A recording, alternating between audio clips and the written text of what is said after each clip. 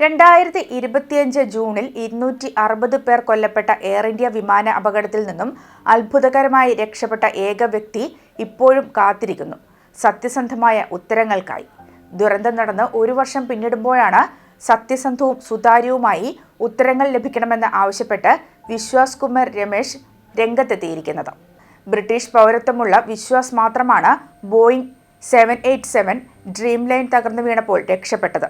അഹമ്മദാബാദ് വിമാനത്താവളത്തിൽ നിന്നും പറന്നുയർന്ന് നിമിഷങ്ങൾക്കുള്ളിലാണ് തൊട്ടടുത്ത മെഡിക്കൽ കോളേജിലേക്ക് വിമാനം ഇടിച്ചിറങ്ങിയത്. വിമാനത്തിലുണ്ടായിരുന്ന 241 പേരിൽ 169 പേർ ഇന്ത്യക്കാരും 52 പേർ ബ്രിട്ടീഷുകാരുമായിരുന്നു. കെട്ടിടത്തിലെ 19 പേർക്കും അപകടത്തിൽ ജീവഹാനി സംഭവിച്ചു. അപകടം നടന്ന് ഒരു വർഷമായിട്ടും അന്വേഷണ ഉദ്യോഗസ്ഥരുടെ ഔദ്യോഗികമായ കണ്ടെത്തലുകൾ പുറത്തു വന്നിട്ടില്ല. അന്വേഷണം അവസാന ഘട്ടത്തിലാണെന്ന് ഇന്ത്യയുടെ സിവിൽ ഏവിയേഷൻ മന്ത്രാലയം പറയുന്നു.